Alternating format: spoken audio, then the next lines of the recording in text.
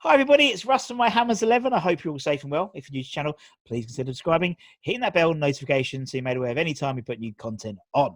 We've got interviews coming out daily, but sometimes you lucky buggers 2-3 times a day. And every interview, every story, every memory is priceless, and it comes from someone's personal recollection. So please make sure you hit that notification so you don't miss any stories. We've got some cracking guests from both sides of the pond, including today. We've got Lee from Amercian Hammers Network. Lee, how you doing, man? I'm okay, Russ. How are you? Not bad. For the Good. viewers, it's taken me and Lee about, I don't know, a month to sort out a date. So it's fine. Yes. Lee always has his family over for the swimming pool, and then I have my daughter who just has a meltdown every 5 minutes. So but we found time. We found time. It's a perfect day to do it, Russ, because it's cold and rainy here today. So no Swimming pool's not pool, open. Yeah. and the boys are watching a movie or something. I don't know what they're doing down there. So yeah, it's a good day to do it. Yeah. So I know everyone asked the same question, Lee, but how's things over there? How's lockdown or whatever you called it over there for you? How are you coping? We've been okay. I live near Boston, and we got really hard hit in this area by the virus back in April and May. And but I think it's more under control now in this part of the country. So we're opening up a little bit, kind of slowly and gradually. My mom lives with us. She's 75, so we're being very careful about what we do. I have asthma, and so does my older son, and so does my wife. So we really don't want to get this. Our neighbor across the street was very, very severely ill with it, and she did survive, but it was a real wake up call for us. So. But we're okay. I mean, as you said, we have a pool at the house, which is nice. We can use it this time of year. You get about 6 months use out of it, New England, and we've been able to go to the beach a couple of times on weekdays and stay away from people. And we've had some cousins over for the boys to play with, and we've kept it all outdoors. So, it's really not too bad. It's really not too bad. Everything would be great, Russ, if it weren't for West Ham. Yeah, well, yeah. Yeah. Well, I mean, it's one of those things, isn't it? Everyone was crying out for football to come back, and now football's back. I was like, "Oh, could we just stop it?" I wasn't. It's funny. I wasn't really crying out. We talked about this a little bit before we started, but I really didn't want football to come back until the fans could come back, and I know that could be a very long time. But it doesn't have to be 60,000. It could be 6,000 spread around the ground. I just feel as though without fans, it's like a glorified training session, and it's just it's a little depressing to watch, actually. And our performances are really depressing to watch, so kind of adds to that. Just adds it as like an extra layer, isn't it, on top? And right, that's the thing. exactly. And that's you're right, actually. And there's been a lot of talk, like, from sort of the English-based football fans of obviously the broadcasters, some of them are put on FIFA 20 crowd noises, some haven't, and you can sort of toggle between two channels, and the crowd noise does make a difference to me. I know it's quite funny. It might be half a second out, but yeah, it's nothing. I mean, I sit there and it's just so quiet. Like that Wolves game, it's just eerie, really eerie. I mean, it reminds me of my friend Tim, who does the network with me. Well, he really is in charge of it. Tim started Amercian Hammers Network. Yeah. So Tim used to run a small club in Lowell, Mass, right down the street from where I live. And I helped him run it. It was in the fourth. How many tiers are there? I think the fourth tier of the American system. We don't have promotion relegation, so you stay there forever. And our games, a good number of fans at our games would be like 100. Yeah. And a lot of them would just be sort of friends and family, and it's like watching one of our. I should mention I didn't play. I wasn't a player, but I helped with the marketing. But it was like watching one of the Greater Lowell United games from a few years ago, and it was basically friends and family, and so you could hear like individuals applauding, and you hear the players yelling at each other and stuff like that. It's just weird to see that on a global stage, Yeah. It's not. It's kind of makes me. It makes me sad. Yeah, it does. I know what you mean. It's weird. I've never been to a football game where I've had to have my temperature checked and then had to fill out a health questionnaire as well. It's very weird. Right. Very weird. But it's really funny because like out of this, I've had I mean, we've only had the channel up for 6 weeks. So I'm like, I'm getting fan mail. I'm getting face mask fan mail. So I've got like it's a new accessory for me now. So I've got like 4 or 5 different face masks. I'm gonna try them on each game, just to keep everyone happy. But yeah, it's weird. It is weird. But some people, I was talking to someone the other day, and they said going to West Ham, particularly in the last few years, has been a bit like a chore, but it's a chore they want to do again. And and you're right. I mean, I think that's naturally the way it's going to happen. We'll get this season completely with fans out, and then you'll get a trickle. Yeah, as you said, might be a few. Yeah, you can start to fold them back. I mean, you're in a. I mean, it's going to depend on the ground, right? Because in London Stadium, you could get probably 10 or 15,000 people in there, and they wouldn't have to be very close to each other. Now, if you're talking about Bournemouth, that's a different thing altogether. So I don't know how that's going to work. And of course, safety is the most important thing. It is. But I don't know. We'll see. We'll see. But we can carry on. But the whole idea of this channel is to reminisce. Your of channel, course. And it's all about what's happening now and how. For me, it's all about reminiscing a bygone era. So I like that better. I like that better anyway. Yeah. Certainly. So for you, Lee, why West Ham? Because clearly, I'm not detecting a Cockney accent. Why West Ham? It's a good question. I'm not entirely sure. I think it. I've always said I didn't choose West Ham. West Ham chose me. Yeah. I kind of tried to run away from it for a long time. I started watching football when I was little. I'm talking about soccer. When I was little, we had the North American Soccer League in the U.S. I grew up in Dallas, and we had a team in Dallas. And then I watched the 1982 World Cup on Spanish language TV, and I'd never seen the World Cup. I didn't know what it was. None of my friends knew what it was. We'd never heard of it. And my mom speaks Spanish, so she translated, what was going on, and she bought me a program. So I knew what the World Cup was from that point forward, and I sort of, I got into it.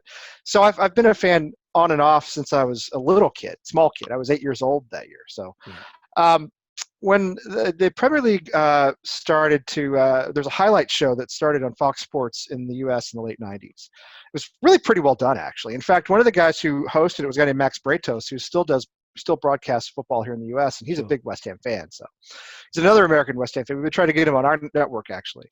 But yeah, the Premier League show was really good. I used to watch it. I didn't really have a preference for a club. I loved Paolo Di Canio back then. I used to like watching the highlights of him. I moved to France in 2001, and I thought because I moved to France, I should support Arsenal because they had a lot of French players. Yeah. But then I met some of their fans. It just wasn't for me. It just wasn't for me. I didn't get along with. I didn't relate to them at all. I didn't relate to them at all. And the more I met fans of different clubs while I lived there and in other scenarios, the more I became a fan of West Ham, the more I got drawn to the sense of humor of the West Ham fans and kind of the fatal sense of, like fortune's always hiding. And I think too, the fact that they, I don't know, seemed the most sort of welcoming to other people, because there aren't a lot of West Ham glory hunters. You know what I mean? So we're not in it for the football, Lee. We're not in right, it for exactly. The no, it's true. That's what I've always said. I said it yesterday on Twitter. I mean, I'm really not in it for the football. I'm in it not even for the club. I'm in it for the family. And for the people we've met doing the network, people I've met in person over the years. I have in my own life, I've always felt more like a fortune's always hiding person than somebody who succeeds a lot. So I think the fact that West Ham have never won the league, have had a spotty history, I think that all really appeals to me, as opposed to saying like, oh, I'm going to go support some club that has, 20 trophies and has won the league multiple times or whatever. And then getting to know West Ham people just cemented that big time. Best fans in the world, greatest people in the world. And I have abandoned a lot of my other interests and hobbies just to focus on, sort of supporting West Ham and doing the network and just, being on Twitter and just goofing around with West Ham people because they're the people I like the best. So it's down to the fans, Russ. It's definitely not down to the three people on the board. It's not down to most of the players. It's down to the fans, people like you. Yeah, you're totally right. And as I said, many times, it isn't about the football because it's secondary. The football is. You're right. It's that sense of community, and it's that sort of from a sort of a UK, it's that East End spirit. Do you know what I mean? It's like it's always up against it, and it's just one of those things where and as I said, this channel's basically has been born out of the family, you know, in that everyone's been gracious enough at their time, and then everyone suggests other people to interview, and it's just snowballed, and it just epitomizes this community. I think that's why people love it, because it's just listening to different stories, and you know, there's people in certain fan groups, and that's why that's why I enjoy interviewing the foreign based play at Hammers, rather, in terms of the fans, because the story is very different. For most people, it's they lived in the East End, and so they were born in it. But for you, it's like, I just picked West Ham, or David Hartswig, or I know German Hull. You know, just crazy stories. It just, you know, when I came back from France, I was broke and I was getting divorced, and I was living in a small apartment. And I don't know, I lived with a guy. We shared a house. He was a good friend I'd known for a long time. And he's Bulgarian. He's a huge football fan. He was a referee at the time. So we watched football all the time, every day, just constantly watched it. And so it was on my mind a lot. And, you know, to me, like, broke, getting divorced, my whole dream of like living my whole life in Europe had ended. And the whole sort of just like my dreams, they fade and die thing. It just I really felt it. Do you know what I mean? And things are better for me now. Don't get me wrong. You know, I'm remarried. I have 2 kids. Everything's much better. You know, so I've been able to sort of, you know, do what West Ham never seemed to be able to do, which is kind of get over that. Right, carry on. But but again, it was just the people. It's always been the people. You know, my friend Ken up in New Hampshire, who, you know, grew up going to the Boleyn when he was a kid, and Tim, who is American, he lives in Lowell down the street from me, who found me because I used to blog about West Ham. You know, all these, and the people we've met through the network. I mean, just I don't know how many now. You know, fans, former players, authors. I mean, you name it. Just all kinds of people. They're just the best in the world, and that's what keeps me around. Yeah, you know? Now I'll be West Ham when we're in the National League South taking on Chelmsford. You know, in the Essex Derby. Yeah, that's a grudge match. That'll kick off afterwards. I'll tell you, that'll be a good one. Well, I live in Chelmsford. I live in Chelmsford, Massachusetts. So I do follow Chelmsford City a little bit. In fact, Trevor, one of our frequent viewers on the network, sent me a Chelmsford City shirt because that's where he's from. Oh, brilliant. So see, it's just nice stuff like that. And that's what I love. I mean, I watch a lot of, obviously, the Hammers Network content and the American Hammers Network. Yeah, appreciate that. Yeah, and it's surprisingly how many UK guys you get on there. You know what I mean? It's like it's incredible. You know, it's obviously I'd say half our viewers are from the UK, maybe more. Yeah, which is great. It's really, you know, for me, that's really gratifying because it means we at least know a little bit about what we're talking about. Yeah, you know what I mean? Yeah. You know, like, I mean, to have that credibility of having, you know, lifelong fans on the show, to have lifelong fans watch the show and keep watching us, that's a big deal. It shows we're not just a bunch of Yanks who don't know what we're talking about. So, you know, we may not know what we're talking about all the time, but we try. You know what I mean? I know all these American fans of Premiership clubs, and you know, for them, it's just part of being a sports fan. Do you know what I mean? I mean, I met a guy at a business thing a couple of years ago who was a big Chelsea guy, you know, and he kept saying, "Go Chelsea." I said, you know, I don't really think they say that. Do you know what I mean? Like, nobody else says, in the U.S. you say, like, "Go," you know, Patriots. Or, They never says "Go Chelsea." It's not in the vernacular. You know, if I could tell you a quick story, I had a friend who moved to Boston from Minnesota, and really good guy, Liverpool supporter for many years. He's actually Korean American, grew up in South Korea. He's lived all over the world. Anyway, he came from Minnesota to Boston. He'd been Liverpool since he was a kid. And he wanted to watch the Champions League final here, you know, last season. Yeah. Boston has a big Liverpool supporters club because, you know, the owners of the Boston Red Sox also own Liverpool. So there's a huge club, a huge fan base here. So he wanted to go watch in the pub in Cambridge where they all go watch. Well, it turns out, if you want to be a part of the Boston Liverpool Supporters Club, you have to pay to get in. First of all, you have to pay dues to get into the club. Yeah. Secondly, you can't pay to get in because the club is full.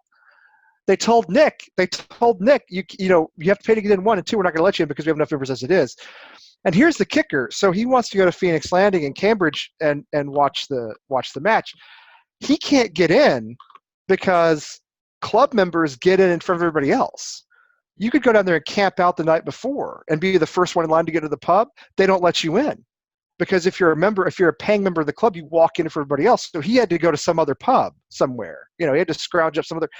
And I was like, I wouldn't want to be part of that for all the trophies in Europe or anywhere else. Do you know what I mean? That's not family to me. That's just a mercenary organization. Yeah. And he was pretty upset about it too, to be honest. He's a good dude, and yeah, I really like him. But but I was just like, dude, you should. I mean, give up the glory and just like have a soul. You know what I mean? Have some character. So yeah, it's. I am embarrassed by most American fans because even the ones who really know the game, and a lot of them do because they played, they don't know the culture. Do you know what I mean? No, I get that. Yeah, they don't get the culture, and that's what I love is actually the culture. Almost as much as the game itself. So. No, I know what you mean. And I mean, obviously, I spent a lot of time in the States, and so I always like to catch some sport. And obviously, I've been to a few MLS games, but actually, no, I was all right. I thought it was all right. Depends on where you go. Yeah, I went because I was living in Elizabeth. I was living sort of near Newark Airport, basically. So I was like Red Bull. Okay, yeah. So I was at the Red. So that was my thing. I got cats, and it was, and I found it really, really fun actually. And I found it like quite sort of similar to if I was going to see like a League One team in the UK. That sort of. It was brilliant. I actually loved it. Would you go to Red Bull or did you go to New York City FC? Red Bull. Red Bulls, yeah. I don't. I mean, here in New England, we have the Revolution, and they're an original MLS club. Yeah. The problem is they're owned by the Kraft family. The Kraft family also owns the Patriots. So they've been very successful with the Patriots. They haven't really invested in the Revolution, and they play in a 60,000-seat stadium, a football stadium, that's never ever full. So even if you get 18 or 20,000 people in there, that's really a pretty good crowd for an American match. They're just marbles on a wash tub. There's no atmosphere. If you go to the West Coast, if you go to like Seattle or Portland or Vancouver, they get pretty good crowds and they have pretty good atmosphere. And then places like Columbus, I think Houston has its own stadium. Dallas, with purpose-built stadiums where they've built grounds that hold 15 to 20,000 people. That's perfect. That's what you need. It's MLS. Look, the quality of it's poor. I don't really like it that much, but I do like having, a serious professional league in this country, which we did not have for like 20 years. No, of course. So, and I mean, the West Ham contingent is growing ever more so over there. With obviously Jack Collison at the Atlanta under 20, and Winston Reid, obviously technically. I was really looking forward to going to see Winston Reid when he came here. He was supposed to be here July or August, I think, with Sporting Kansas City to play the Revs. And of course, it's they're doing a tournament, and I don't know where they're doing it, but they're not obviously having matches at home grounds. Jack is a friend of the network. Tim and Jack know each other pretty well. I got to meet Jack in person a few years ago, which was very nice. He was over here doing a camp for Tim had a youth team going, and so that was nice. He's a really great guy. He's been, he's in Atlanta working with the academy. Winston Reid, of course, but just West Ham fans in general. I mean, we have unearthed so many people, but just through the network, who are West Ham fans in the U.S. They didn't know any others. They came to the club all different ways, and we've hopefully brought a lot of them together. And then we went to an event in Boston about a year and a half ago. There was a Premier League mornings event in Boston, which was put on by NBC Sports and the Premier League. It was the day of our the home match against Everton that we lost, I think 2-0, and we were abysmal. And it was, one of those games when we could have gone seventh, but Pellegrini, poor David from the Boston Hammers, just the best guy, and he got to read the West Ham starting 11 live on NBC. Oh, wow. And I got to find a clip of it. There's just disbelief in his eyes, when he's running through it, just like, this can't be real. But let me just say this: there was a huge contingent of West Ham fans. I mean, hundreds. And we thought there would be like 10 or 15, and everybody else would be Manchester United or whatever. There was a ton of West Ham fans, a lot of claret and blue. So I was pleased to see that. And, we made as many contacts as we could. Office I used to work in, I don't work there anymore, but office I was working in last year, there was construction going on, and one of the construction crew comes by and he sees my West Ham flag in my cubicle, and he says, "Oh, I'm a big West Ham fan." Like American guy from Boston, just totally out of the blue. So you just never know what you're going to get. It's weird, isn't it? And I said something to someone the other day. I think it might have been David, actually. And, you talk about everything with social distancing and stuff. We've been doing it for years because we don't shake hands. We don't nod. We don't like shake hands or cuddle. We do like that and go, come on, wines, and come on, wines. That's all we do. It's literally all we do to just acknowledge each other's presence. It's true. We're very touchy Americans. We're very touchy. I think it's one of the reasons we're having trouble slowing down the virus. Very huggy people. So we got to learn to get over that. I agree. Yeah. No, it's good fun. It's good, and the whole thing is just mental, as you said. I went to school with Adam Frankel. Oh yeah! Oh, thank God he's better. Yeah, right. Thank God. Yeah. But I went. I only because he's better can I make this joke? But, Tim and I were on an episode of Hammer Shots, which is a West Ham trivia show that we have on the network. Yeah. And Adam hosted this episode of Hammer Shots. And it was actually a great battle between Tim and me, and we came right down to the end, and I won right at the end. But I think Adam was so shocked that I won that he had a heart attack later that night. So he did. It was like 3 hours later, And I thought to myself, God, I could literally have been one of the last people he ever spoke to. Which is about the saddest thing I can imagine. And talking about West Ham, you see, that's Adam's life, isn't it? So. That part he would have loved. That's true, but I'm so glad he's better. Yeah, that's the first time I'd ever met him was on the show. Yeah. He's in Dallas. He's down in my hometown. He's in Dallas, but I haven't been down there in years. So no, he's great. But yeah, Adam's a good dude, and it's not. And there's expats, and there's just like Americans like me who've just come to it for whatever reason. Yeah, and, no, exactly. You get into it, and then you get sucked into it, No, I get that. Yeah, no, it's just funny because obviously I probably haven't spoken to Adam for about 20 years since we both. I see. He was the year below me at school, and then this whole thing, and I was this channel, and I just messaged him, and I was like, "Hey," and so it was just weird, but 20 years apart, and it's taken a global pandemic for us to, and still got West Ham together. But it was West Ham being the thread though, so it just gets things everywhere, doesn't it? So Lisa, as I said, obviously, we've spoken about your credentials in terms of your teams, in terms of why West Ham. Still a bit hazy why, but you picked West Ham, and as I said, you stuck with them, and for better or worse judgment, we'll say. But what we do is we do this My Hammers 11. So the idea is we talk about your 11. So if you had to put an 11 together of players you've been alive to have seen them play. So obviously we didn't see I didn't see Bobby Moore. So I can't put Bobby Moore in my team. I did see Gary Breen. We all dream of 11 Gary Breens. Gary Breens, God bless him, Barry Green. And so that's basically it. We try and keep it to 4-4-2 as well. Just because I'm obviously I'm not very good at video editing or anything else. And that's it really. So it's really simple. And we've had about, I think I calculated it today.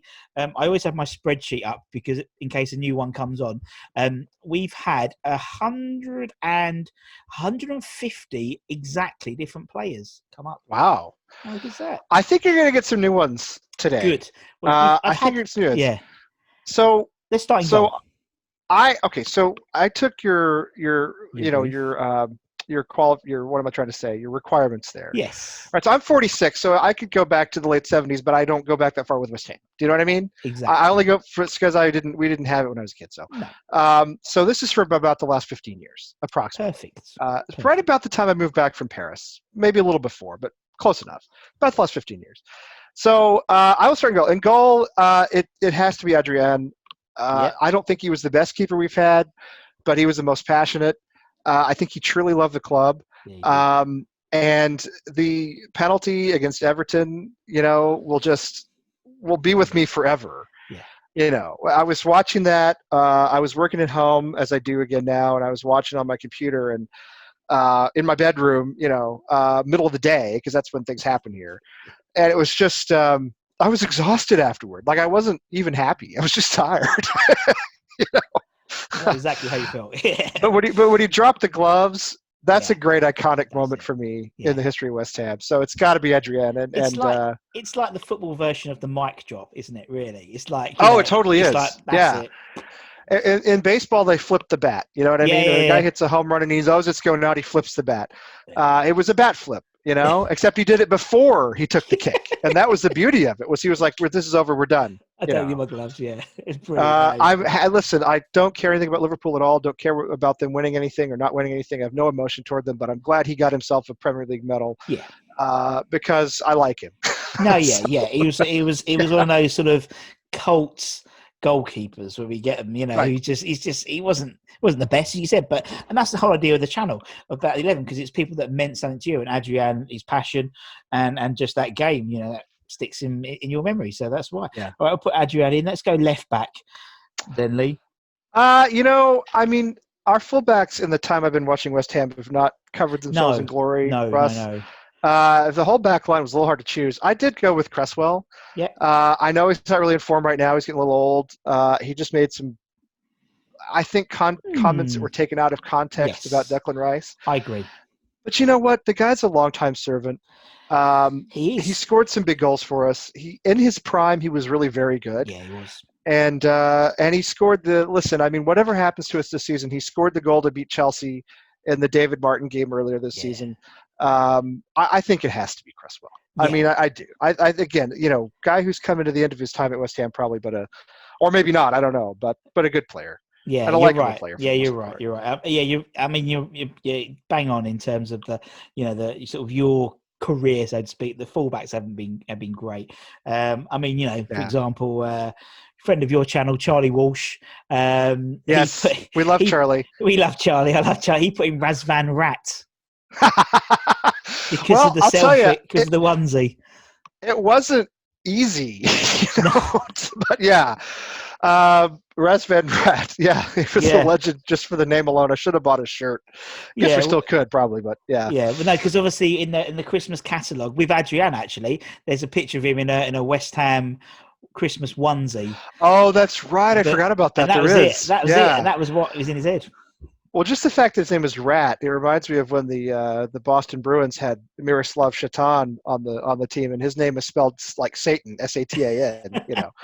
So you can get a Satan shirt, a Satan jersey and sweater, and it's like it's totally authentic. But yeah, Rat. That's a great one. That's a great. You can imagine Charlie doing that, can't you? Oh, totally. Yeah, absolutely. Right, we'll put Krez in. He wears a magic hat. Let's go to right back then, Lee. Who we got right back? Okay, let me just tell you, Russ, that in order to find a right back, I had to go back and look at every West Ham team from like 2004 or 2005 to the present because I couldn't remember. Like I didn't want it to be Masuaku. Sorry, not Masuaku. I didn't want it to be Fredericks. I didn't want it to be. I love Zabaleta as a professional, but he's not. You're right. Yeah. He's past his prime. So I went with Guy Demel, who I had totally forgotten about. Totally forgotten about him, and I went up through all of our right backs, and I thought, well, he seems like I don't know. I don't remember him that well, but he seems like the least offensive choice. The least of a bad bunch. Right, exactly. The least, not offensive in the football sense, but offensive in the sense that he was the least terrible choice. Yeah. And he scored. He scored a goal. I think it was against. I can't remember. Someone Kent Hammers will say in the comments who he scored against, but he did score one Premier League goal. I've got a feeling it was against a good team as well. But anyway, I think it was too. I think it was a big goal, but my memory is really not what it used to be, and I don't remember. I would ask Siri, but I know if I did that, then everyone else's Siri on their iPhones would go off. Would go off. Yeah, I know. It happens to me with the Amazon assistant, whom I will not name. Yes, we will not name. She's in our living room. And anytime somebody says that word on TV, if there's a character with that name, it's she lights up. So yeah, we'll put Guy in. Let's go centre halves. Who have you got centre half? So I've got Winston Reid.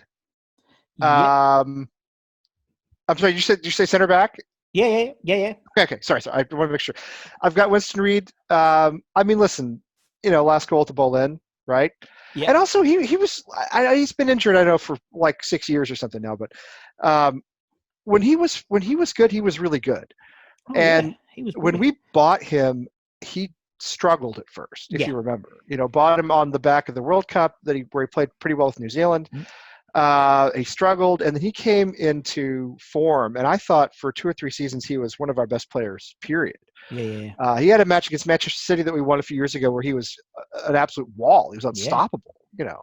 and then scoring the last goal. Yeah, I love Winston Reid. I'll always Yeah. love Winston Reid. The guy's, a second tier sort of West Ham legend to me. You know what I Yeah. mean? You're He's right. not a Bonds Brooking, but No, he's no, no, like no, in no, no, a, yeah. yeah, But he's like a yeah. modern day. I'm not being funny. Everyone you said bronze book, yeah, Bonds, Brooking, Moore. They're sort of old legends, aren't they? They're club legends. You've got modern day Right. legends, and I mean he's been at the club almost 10 years now. And we signed him in 2010 World Cup, and we're in That's right. 2020 now. So it's and Guy Demel scored against Liverpool.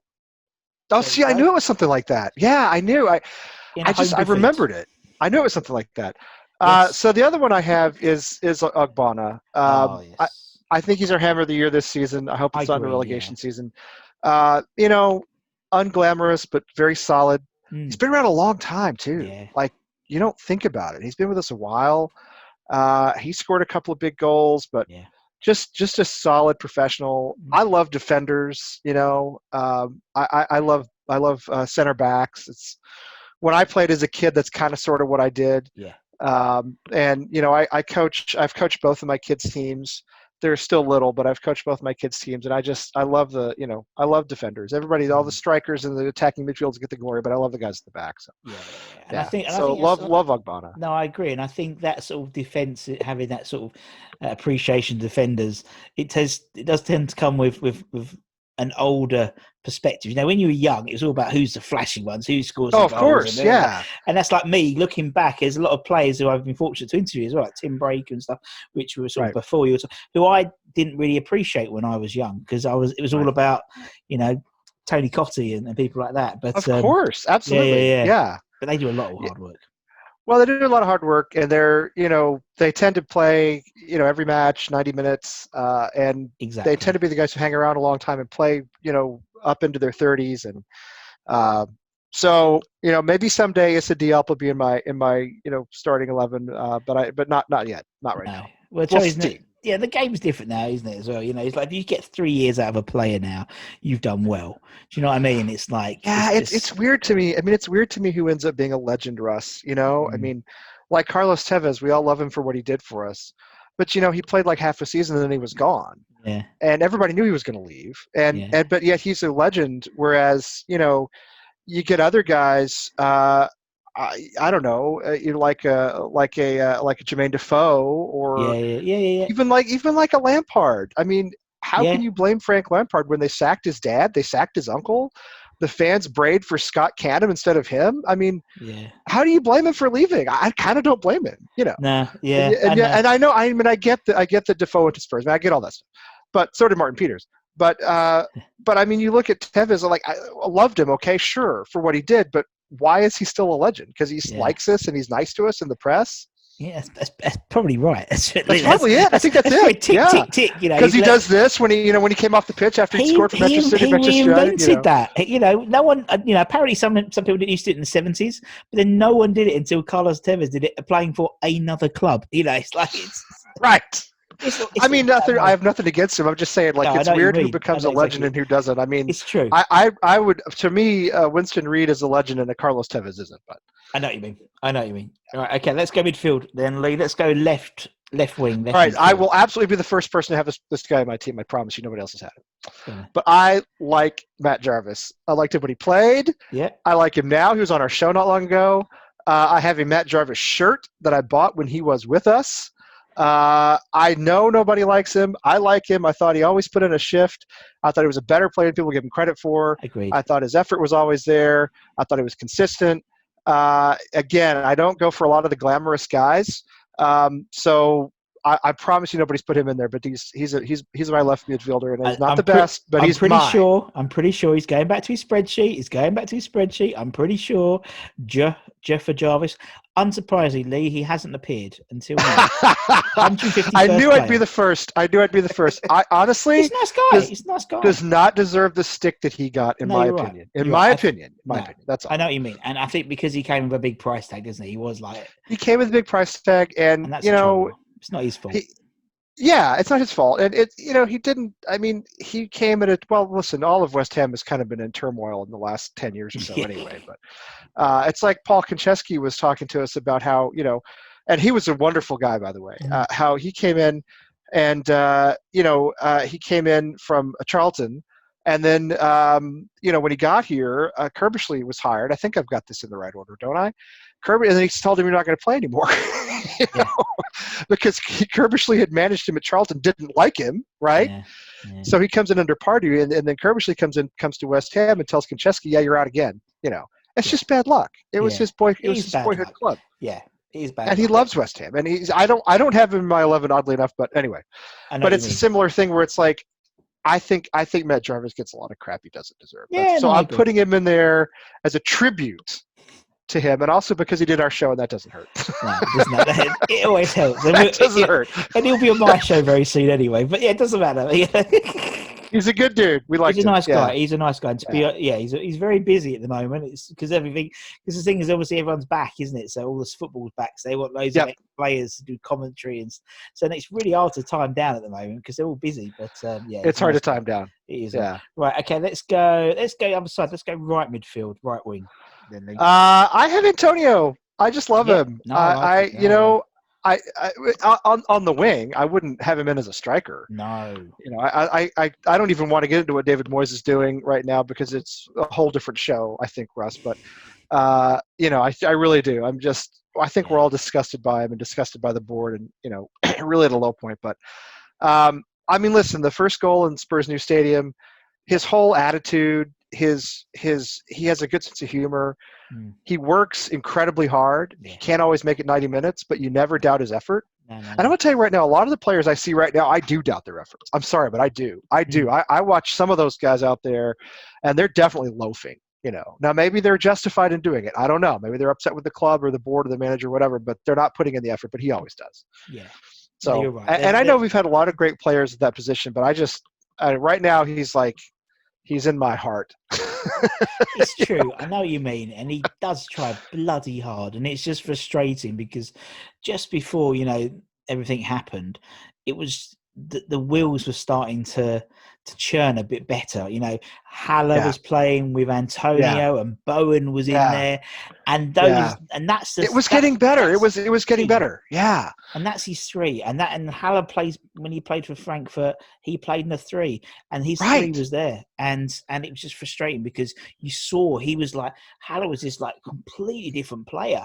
Boners were coming out and stuff. And it was just it's typical West Ham. As soon as something, it's like Antonio's career, unfortunately. He has 3 or 4 really good games. You're thinking, here we go. And then he gets injured and he's out for 3 months. He gets injured. I know. He gets injured. I know. Just like all of our players. It's the West Ham way, isn't it? As we know. Yeah, it is. Right. It is. Mikhailin, who's going to go into central midfield then, Lee? So the first one I'll mention is you're going to be surprised he's not in there maybe, but the first one I'll mention is Jack Collison. Yeah. Not just because Jack is a friend of ours and a friend of our network, but also I loved him as a player. I thought it was really tragic that his career got cut short by injury when he was so young. What's funny is when I met him in person, I already had his shirt. I had a Jack Collison championship shirt from our season of the championship, and that's what I had him signed was his own shirt. So that was kind of cool. He's just a guy. Again, he always turned up. He still, he was working with the club until he went to Atlanta. Yeah. I think he loves the club. Just a fantastic guy all around, and a guy to me is probably at risk of being forgotten a little bit because he had a short career. Yeah. So I want to remember him. No, I agree. I know what you mean. And just again, always with the effort. You know what I mean? Always with a good attitude. A lot of what I like about players is effort and attitude. But that's how you get over the fans at West Ham, isn't it? Yeah. It's not necessarily the most skillful players. It's the guys who put a shift in. Like, I was a massive fan of like Ian Dowie. Ian Dowie wasn't a good player, but he tried and he'd run after that pointless ball into the corner, which he's never going to get. But he tried and he'd give, and that's all West Ham fans want. It's like it's really all I want. It's all I expect. Yeah. We're not going to have the caliber player that you're going to find at wealthier clubs. So no, you got to find guys who will put in the effort. Yeah. Yeah. And you might get, occasionally someone with that effort and that talent, very, very occasionally, like a Paolo or someone like that. Like a Di Canio, right. Yeah. Right. And they come once in a generation, But someone like Payet, for example, he didn't have that grit, but he was a phenomenal player. So it's just he was all talent with him. Yeah. But I didn't think he was lazy, but I also didn't think he was exceptionally hardworking No. either. Do you know what I mean? Yeah. I just thought he was that good. He was just that good. Thing is, he didn't. He could need do whatever to he be. wanted. Yeah, exactly. He wasn't quick. He's probably the best player West Ham have had in since Trevor Brooking or Billy Bonds. Probably better than DiCanio on talent alone. Yeah. Maybe not. I don't know. No, I agree. I've always said that Payet was technically the best player I've seen at West Ham in my lifetime, but DiCanio was the better player because you've got the technicality, you've got the work rate, and you've got the entertainment value that DiCanio It's the passion. brought. It's the passion. Yeah. And that's what See, DiCanio is like he's too early for my list. Yeah. So the other guy I have in midfield, and it's not Mark Noble. I have him on. I have a substitutes bench if you want to hear it after. Go on. The other guy I have in midfield is my favorite West Ham player of all time, and it's Scott Parker. Yeah. And everybody gives him, crap for going to Spurs. Listen. It's the same thing you're saying about Jarvis, Listen, the man. I mean, first of all, we all have to manage our careers, right? Years ago, when I used to be a journalist, I was a young reporter. I was working for a magazine back when we had magazines, and I got a call from a rival magazine offering me more money for a higher profile position, and I took it. Because it was the right thing to do. Not because I had anything against the people who'd given me a chance. I loved them. They were great. It was a great publication. It's just a better offer. Yeah. Scott Parker was playing for England. We went down in part because he got injured toward the end of the season in 2011. He didn't play the last few games. He wrote a handwritten, very cordial, heartfelt note to the board and said, hey, thanks for, all the wonderful experiences. It's been great. I'm just involved with England now. I need to be in the Premier League. I don't blame the guy one bit for leaving. Martin Peters went to Spurs. Bobby Moore put in 2 transfer requests to go to Spurs. If Scott Parker had gone anywhere else, then I don't think anybody would vilify him. No, I know what you mean. Yeah. It's just because of where he went. I don't care. Yeah. I would love to see him back as West Ham manager someday. I love Scott Parker. I've got my Scott Parker shirt on right now. The only time I ever got to go to the Boleyn, I saw him play live. I just think he's fantastic, and you never questioned his passion, his effort. And he was a good player. He was a talented player, but I 3-time Hammer of the Year, I think he loved the club. For me, he's just a West Ham player of the highest order, no matter what. No, I agree. And I can't remember, I was interviewing someone the other day, and he went to Scott Parker's last game for West Ham, which was on a Tuesday night at Watford or something in the Championship. In the Championship, And he wouldn't, and he was still putting it in. He knew it was his last game. You wouldn't get that with most players. No, when he scored against Wigan, basically to keep us up in Zola's second season, I think it was 2010. After Spector had scored the own goal.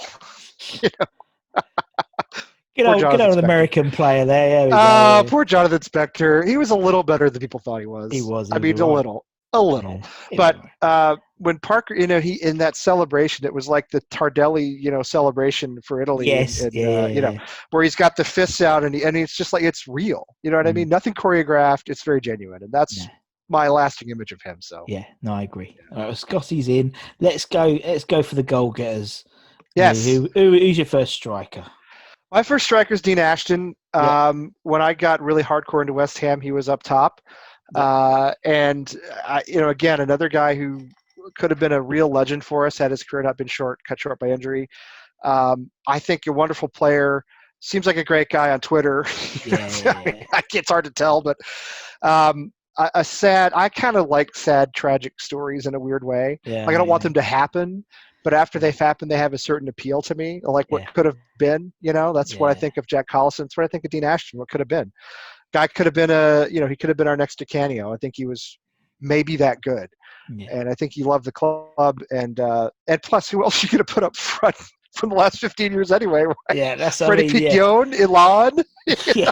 I Benny McCarthy. I jokingly do those types of things. When someone goes, "Oh yeah, there's only one person," and I'll go, "Me do." No. Right. Exactly. I always try to. And exactly. It's true. I mean, we did have somewhat of a procession of strikers that have come through the door at West Ham. Diego Tristan. You had loads of them. I loved Diamante when he was with us. He wasn't with us for long enough. But he was great. But so Dean Ashton is the first one. And the second one is he's the white whale. He's the only person. If we can get him on our show, then I'll be able to stop doing the show forever because I'll be satisfied, and that's Carlton Cole. Carlton Cole. I love Carlton Cole. I don't care that he wasn't the best player. It doesn't matter to me. Yeah. The guy loves West Ham. Yeah. He went down with us in the championship. He was our leading scorer when we came back up. I know his goal scoring record is pretty bad for the number of appearances he made, but I mean, first of all, I saw him score live. I've only been to the bowl. I only got to go to the bowl in once, and it was to see West Ham play Birmingham back in 2010, and Diamante and Cole scored. So I saw Cole score live. Everything about the man I love: his sense of humor, his passion for the club, his effort. I mean, he was not the most physically gifted player. We know that, but he loves West Ham. There's that image of him in the playoff final when he's running past the crowd, and the limbs are everywhere, and he's just like he feels it. You know what I mean? He really feels it. So I want Russ. I don't know if you know him. More than anything else in the world, I want Carlton Cole to come on the American Hammers Network. Yeah. Seriously, I love all the players. I'm trying to get him on here first. So pass him on to us. The players we've had have just been wonderful, and I'd love to have him on again. And Ian Bishop is a real friend to our network and a fantastic Bishop's guy. A lovely guy, yeah. Wonderful man, and we love him, and we love all of them. But Carlton Cole, that's the one. He's your white whale. That's if I could get Carlton Cole. Yeah. No, so he's my other guy up front. I mean, in a lot of ways, the quintessential West Ham player in that wasn't the best. Exactly. I know what you mean, yeah. And the fans were split on him. There are people who think he's a legend. There are people who hate him to this day, The CFC nickname, like the letter in the middle could have two different meanings, Yeah, exactly. Whether you loved him or hated him. But, similar to Konchesky, obviously they're now part of the coaching setup at West Ham, the best way to describe him, Konchesky is working with the guys on loan. And I mean, there's other guys, how could you not put Mark Noble in? I mean, this is a personal list. Obviously, he's Mr. West Ham. I just happen to really like Jack Collison. And like a Payet. I don't think of him as a snake. A lot of people do. If the story is true, Russ, that he had to go back to France to save his family. Yeah. You know this story, right? Yeah. And we don't know if it's true or not. I don't want to speculate, but that he had an affair. That his wife said, "Come back to France or it's over." Yeah. He had two little boys. I have two little boys. I haven't cheated on my wife, but that's not the point. If he went back to France to save his family, he did the right thing. I don't care that he left. It doesn't. I don't like how he did it. But if that's why he did it, then he did the right thing no matter what. I just saw he took a huge pay cut, by the way, to stay in Marseille. He signed another contract with Marseille and took a large salary decrease. I don't have anything against him, but I can't put him in my personal. No, and you're right. I mean, and people forget how he came to us. He did the same thing coming to us that he did going back to Marseille. Yeah, he did. And he did. And these guys are mercenaries. They are. I mean, Arnautovic is the same. Arnautovic is the same. I loved Arnautovic. I still wear my Arnautovic shirt. Nobody here knows what it is anyway. I don't care. Listen, the guy kept us up. He kept us up. He was brilliant 2 seasons ago, and he assisted on Antonio's goal at Tottenham last season. And I hate the way he left. The thing I hate most about Arnautovic that not a lot of people realize, from what I've heard. Apparently, he was very disruptive to the women's team, and he liked to heckle the women's players during their training. Yeah, and that really bothers me because I like the women's team. Actually, yeah, great. I do. I really like it. We've had all the players we had on our show last year have left now, but we've had players on our show. We have a women's show on the network. I like them. I've liked women's football anyway, and so if he did that really, I think that's really sleazy. Yeah, but. Listen, the guy was brilliant, and he took money to leave for an easier job. That's a thing a lot of us. Yeah, I mean, what we wouldn't have traded for an Arnautovic now. It's like, I'd have him back today. A lot of people. God. I mean, listen, he's been talking about coming back to West Ham. I'd have him back right now. I mean, put him on the plane. Yeah. Get him to the stadium for tomorrow. You have to wait 14 days though if you have to wait 14 days. Right, it's not part of the air bridge yet. I don't think so. No, I don't think it is. But I would have him. I would have anybody back who could help us. You know what I mean? It's all right. I don't really care. I don't care about attitude or anything else. Not right now. Anybody who could help us stay up, because I fear if we go down, we're not coming up for a long time. And if we go down, it makes being a fan over here a lot harder. It makes watching the games a lot harder. It makes getting together at a pub a lot harder. Yeah. Complicates things a lot. So no, I get that. And also, you mentioned that as those mercenaries and stuff. People, we only got Di Canio because he pushed over a referee. Right. Do you know what I mean? That's it's true. like Because he's a nutter, and I mean, I think Di Canio, he seems like a decent guy. I know some of his political leanings are unusual, but we never talk politics, so it doesn't matter. No, we don't talk politics. But I mean, I would definitely, absolutely sit down and have a beer with the guy. No question about that. He's my white whale. Carlton Cole's yours. Yeah. Oh, mine. yeah. Well, of course. I mean, listen. If we could get Di Canio, it would be the greatest accomplishment we've had. But I think Carlton Cole, for me, it's more personal because I'm more from his era. Yeah. No, but Di Canio is a legend on the level of Again, I mean, it's hard to. Billy Bonds plays for West Ham for 20 some odd years. You don't want to put him in that same category. It's different generations, isn't it? Really, and that's what's quite nice, putting that sort of caveat of you have to be alive to have seen them play, because otherwise you and me would have sat down and gone Bobby Moore, Martin Peters. Sure. I never saw any of them. We'd have had Vic Watson in there and his 500 goals or whatever it was he scored, and all the guys from the 70s and 60s and 70s. But I didn't see any of those guys. No, me neither. Yeah, me neither. Lee, it's man, a good requirement. It's been an absolute pleasure. Absolute pleasure chatting to you, man. Thank you so much for having me. I'm sorry I talk so much. It's just how I am. Brilliant. Saves me talking. Saves me talking. I do it at work all the time. It's nice to sit back and listen. But also, I always get that with the foreign-based hammers. They talk with so much passion, you guys. Because and I think it's really nice for the UK-based hammers to listen to you guys, because obviously check out the American Hammers Network stuff. It's brilliant, but you get that extra passion. It doesn't. I don't know what it is. Maybe because of the distance, it's almost heightened in terms of.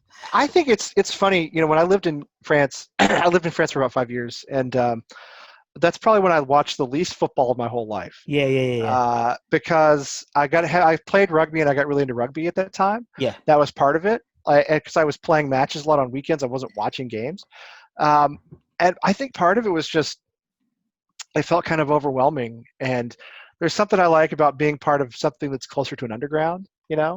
I mean, there are a lot of soccer fans here in the United States, a lot, but it's still 5th or 6th in terms of popularity of sports, maybe 7th or 8th. I don't know. It's pretty far down. So I think to be like to be kind of a contrarian is something that I really enjoy. And I think I enjoy being a fan more here than I ever did when I actually lived over there. I get that. So. Yeah, I get that. Yeah. And it's almost more of a collective group of people, because you're, you said you meet down the pub and watch the games and stuff at silly o'clock in the morning. And that's what I can't get my head around. That's honestly, because I remember where was I? I think I was living in Atlanta at the time. And I think it was the Euros, and there I am, 7 o'clock in the morning in some Irish pub watching England versus Wales. Then I had to go to a meeting around the corner. That's funny. I've done it both ways. Here on the East Coast, it's not that bad. We're only 5 hours behind you most of the time. So a 3 p.m. match is a 10 a.m. game here, and that's great, actually. Yeah. That's a great time to watch a game. The boys will watch with me sometimes. You don't kill your whole day. The only problem is when I'm coaching my kids' teams, the games are always during that time, so I don't get to see them live. But that's not an issue right now. On the West Coast, they're up at 7 a.m. They're up at 4 a.m. The lunchtime game in England is a 4 a.m. game, and they're in Fresno and in Seattle, they go. They show up. So, so it's but I've done it the other way too, Russ. I've watched American football from Europe. I've stayed up all hours of the night watching my old alma mater's team play and watching the NFL, watching the Super Bowl over the middle of the night and stuff like that. So, it's kind of cool. It's like you're part of an underground. It's like you have a secret handshake and a. No, I get it. Yeah, it's like you speak a different language. Yeah, it's cool. No, exactly. Anyway, thank you so much, Lee. It's been great. Obviously, thank you. It's actually a pleasure. Thank you. We finally got there. And thank you to everyone for watching. Obviously, share, like, subscribe. And obviously, subscribe to the American Hammers Network as well. Put a link in the description, because it really is, every day there's really good content on there. And until next time, from me and Lee, take care, everybody. Stay safe. And we'll see you all very, very soon. See you guys. Bye-bye.